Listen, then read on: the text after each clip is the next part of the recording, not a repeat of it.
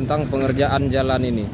Pekerjaan jalan sebenarnya inisiatif sendiri berdasarkan masukan dari masyarakat.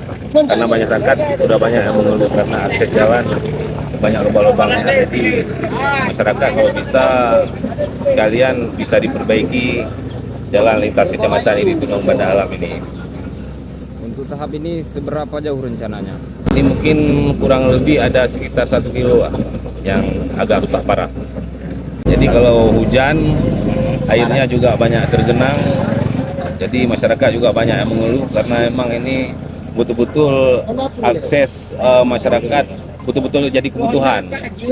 Ada pegawai negeri, anak-anak sekolah juga. Jadi angkutan yang mengangkut hasil bumi juga kerepotan sekali ya.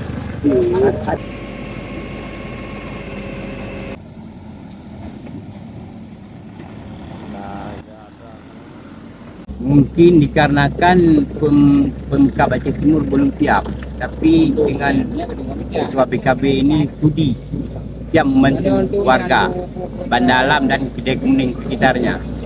Karena jalan ini jalan lintas sampai ke Alumera. Ya, mungkin itu aja. Ucapan terima kasih dari semua kecil mewakili